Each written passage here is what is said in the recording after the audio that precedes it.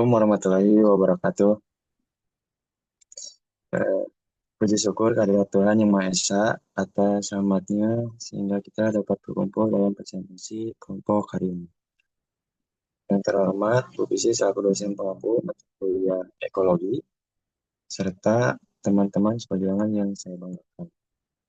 Perkenalkan, nama saya Muhammad Ardi Firdaus yang akan bertugas sebagai moderator dan memandu jalannya sesi presentasi kelompok 2 hari ini. Kelompok kami Kelompok 2, pada kesempatan ini kami akan memaparkan hasil studi observasi kami mengenai pertanian hidroponik yang berfokus pada implementasi dan model bisnis budidaya melon di Taman Hati Farm. Next, next, ya. Ini untuk anggotanya, untuk perkenalan anggota nanti ketika akan memaparkan materi. Nah, untuk mengefisienkan waktu, langsung saja kita ke pematerian pertama tentang pendahuluan yang akan disampaikan oleh Ataya. Kepadanya dipersilahkan. Baik, terima kasih pada moderator. Perkenalkan, nama saya Athaya Dafa Islami dengan NPM 08 dengan ujung NPM 082. Di sini, pada saat ini saya akan menjelaskan sedikit tentang pendahuluan, yaitu hidroponik adalah metode budidaya tanaman yang tidak menggunakan tanah sebagai media tanam. Sebagai gantinya, tanaman diberi larutan air yang sudah diperkaya dengan berbagai nutrisi esensial yang dibutuhkan untuk tumbuh. Dengan sistem ini, akar tanaman bisa menyerap nutrisi secara langsung, baik itu dalam air, pasir, maupun media inert lainnya. Contohnya budidaya melon hidroponik bertujuan meningkatkan kualitas dan kuantitas buah dengan kontrol nutrisi yang lebih presisi dibandingkan metode konvensional. Yaitu ada keunggulannya yang keunggulan utamanya yaitu metode hidroponik adalah kita dapat mengontrol nutrisi tanaman secara lebih presisi. Hal ini membuat kualitas dan kuantitas hasil panen seperti buah melon menjadi lebih baik dibandingkan dengan metode tanam konvensional. Karena itulah hidroponik semakin banyak digunakan sebagai alternatif modern dalam pertanian. Sekian, terima kasih. Saya kembalikan lagi kepada moderator. Terima kasih kepada Ataya atas pemaparannya mengenai pendahuluan. Selanjutnya tentang prinsip ekologi dan praktik yang akan disampaikan oleh Azahra. Kepadanya dipersilahkan. Baik, terima kasih kepada moderator. Sebelumnya, perkenalkan nama saya Azahra Isuputri dengan ujung NPM 067. Di sini saya akan memaparkan tentang prinsip ekologi dan praktik. Yang pertama yaitu mengurangi kehilangan air melalui evaporasi tanah dan runoff, yaitu dengan cara sistem tertutup atau NFT yang mendaur ulang larutan nutrisi. Yang kedua yaitu menyediakan nutrisi esensial, NPK dan sebagainya tepat pada dosis yang dibutuhkan tanaman dengan cara pengukuran electrical conductivity atau EC dan potensial hidrogen atau pH harian atau mingguan. Yang ketiga, ada memutus siklus hidup pangan yang berasal dari tanah, yaitu dengan cara menggunakan media tanam inersia atau bukan tanah dan sanitasi lingkungan budidaya atau greenhouse. Lalu yang terakhir, ada mengontrol suhu, kelembaban, dan intensitas cahaya untuk pertumbuhan ideal dengan cara menggunakan greenhouse untuk memodifikasi lingkungan dan mengurangi serangan hama penyakit dari luar. Sekian, terima kasih.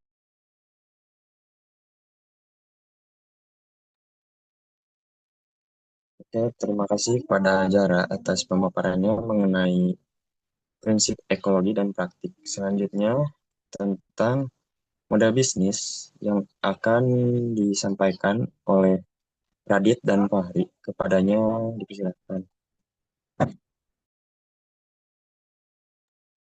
Baik, terima kasih kepada moderator. Sebelumnya, perkenalkan saya Raditya Setiadinata dengan ujung MPM 076. Di sini saya akan menjelaskan tentang bisnis model. Nah, di sini pertama ada channel, yaitu media sosial, Instagram, TikTok, WhatsApp. Penjualan langsung dari greenhouse, kerjasama dengan toko buah. Selanjutnya ada customer segment. Toko buah, konsumen pecinta buah eksklusif, reseller buah, dan pedagang pasar modern. Selanjutnya ada cost struktur, yaitu pembeli benih melon premium, nutrisi hidroponik, biaya instalasi greenhouse dan sistem hidroponik, biaya listrik untuk pompa, lampu, dan exhaust, biaya tenaga kerja, biaya pengendalian hama, biaya kemasan buah melon, biaya marketing dan distribusi, perawatan greenhouse. Selanjutnya ada key activity, persiapan instalasi dan penyemaian, pindah tanaman dan pemeliharaan tanaman, pemangkasan, seleksi buah dan polinasi, pengaturan nutrisi dan lingkungan, uji kematangan dan panen, dokumentasi, promosi panen. Selanjutnya, revenue streams. Jual melon segar 1 buah per kilo, penjualan grosir ke toko buah, pendapatan dari layanan penelitian dan edukasi. Dan selanjutnya akan dijelaskan oleh Saudara Fahri. Baik, di sini saya akan melanjutkan penjelasan mengenai BMC. Sebelumnya perkenalkan nama saya Fahri Mujaki Albar dengan ujung NPM 075. Lalu selanjutnya ada key partner. Dalam menjalankan usaha ini, kami bekerja sama dengan beberapa mitra utama, yaitu pemasok benih melon berkualitas premium, penyedia nutrisi hidroponik, pemasok instalasi peralatan hidroponik, petani atau ahli hidroponik, dan juga distributor dan pengepul buah lokal. Lalu selanjutnya ada key research. Sumber daya utama usaha kami ini meliputi yang pertama greenhouse, khususnya budidaya melon hidroponik.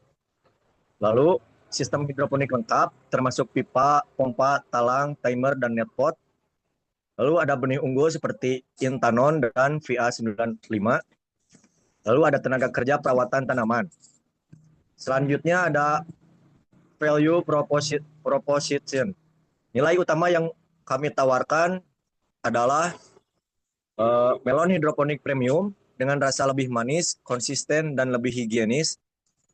Produk stabil karena tidak bergantung musim, kualitas rasa dan aroma unggul berkat sistem nutrisi yang terkontrol.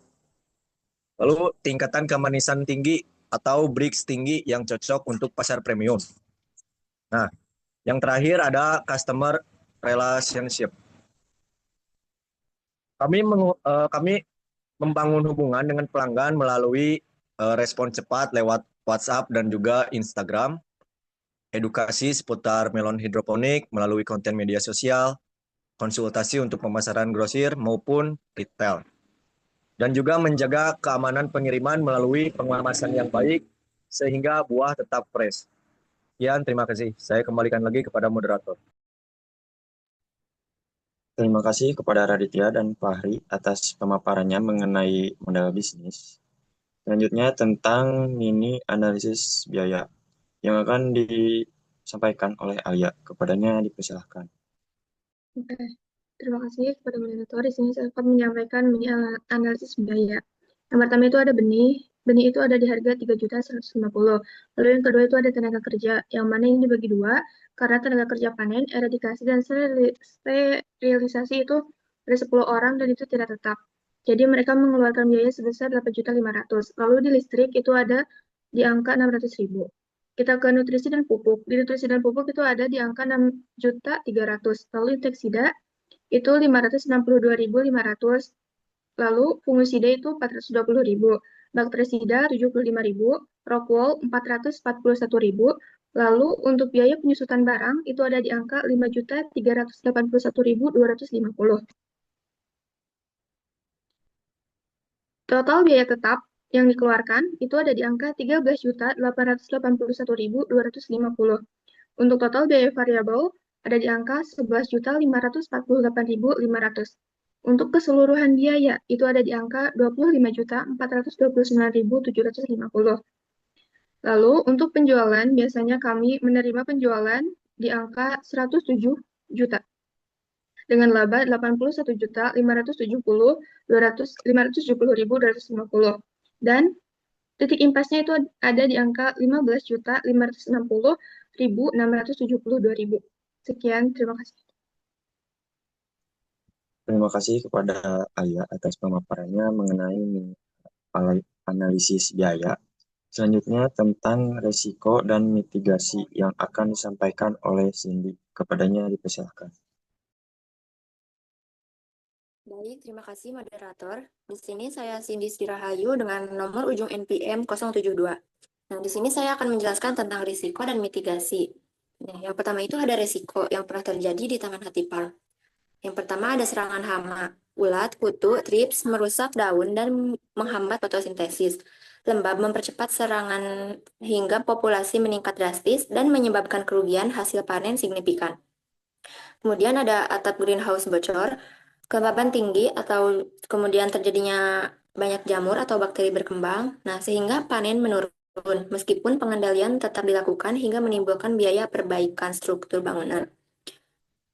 Kemudian pompa nutrisi mati, aliran nutrisi terhenti, tanaman stres dan layu, kemudian pertumbuhan terganggu, terutama pada fase vegetasi penting, hingga memerlukan pemulihan jangka waktu lebih lama. Nah, kemudian minim cahaya ketika musim hujan.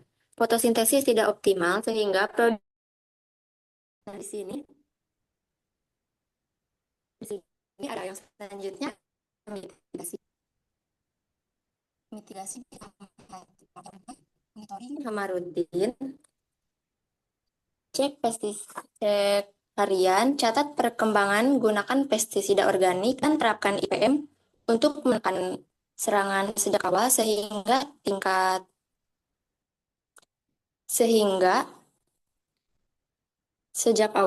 tingkat investasi dapat terkendali optimal. Kemudian perbaikan greenhouse, atap botol dan plastik UV berkala, perbaikan ventilasi agar lingkungan tetap stabil terkendali untuk menjaga mikroklimat ideal sepanjang musim tanam. Dan studi branding atau konsultasi. Nah, yang terakhir SOP lingkungan. Cek pH, ppm, kontrol suhu, kelembapan, dan standar budidaya tiap tahap guna menjaga pertumbuhan tetap konsisten serta meminimalkan kesalahan operasional selama perawatan. Baik, sekian dari saya. Mohon maaf atas kendalanya. Terima kasih, Pak. Sekian. Saya kembalikan ke moderator. Terima kasih kepada Cindy atas pemaparannya mengenai resiko dan mitigasi. Selanjutnya tentang kesimpulan yang akan disampaikan oleh Andika. Kepadanya dipersilakan. Baik, terima kasih moderator. Sebelumnya perkenalkan, saya Andika Zakira Gunawan dengan ujung NPM 087. Ya, di sini saya akan memaparkan mengenai kesimpulannya. Budidaya hidroponik untuk melon merupakan metode modern dan efisien yang memungkinkan pertumbuhan tanaman tanpa tanah dengan kontrol nutrisi yang lebih baik. Hidroponik dapat meningkatkan produktivitas dan kualitas buah melon serta anggur melalui pengelolaan nutrisi, pH, dan lingkungan tumbuh yang optimal. Selain itu, metode ini mengurangi risiko serangan hama dan penyakit yang biasa ditemukan pada budidaya konvensional. Mungkin segitu saja dari saya. Saya kembalikan ke moderator. Terima kasih pada Andika atas pemaparannya mengenai kesimpulan. Dan sesudah tentang hidroponik pertanian hidroponik. Terima kasih kepada tim pemateri atas pemaparannya. Izinkan saya menegaskan kembali bahwa budidaya hidroponik adalah metode modern yang sangat efisien dan terkontrol. Metode ini berhasil meningkatkan kualitas dan kuantitas hasil panen dengan pengelolaan nutrisi yang optimal, sekaligus mampu mengurangi risiko serangan hama dan penyakit yang sering dialami pada budidaya konvensional. Dan inilah masa depan pertanian yang menjanjikan. Alhamdulillah, presentasi telah selesai. Terima kasih banyak atas waktu dan perhatiannya yang telah menyimak dari awal hingga akhir melalui ruang virtual ini. Kami berharap informasi ini dapat memberikan wawasan baru tentang masa depan pertanian. Dengan berakhirnya pemaparan materi ini, maka berakhir pula sesi presentasi dari kelompok 2. Wassalamualaikum warahmatullahi wabarakatuh.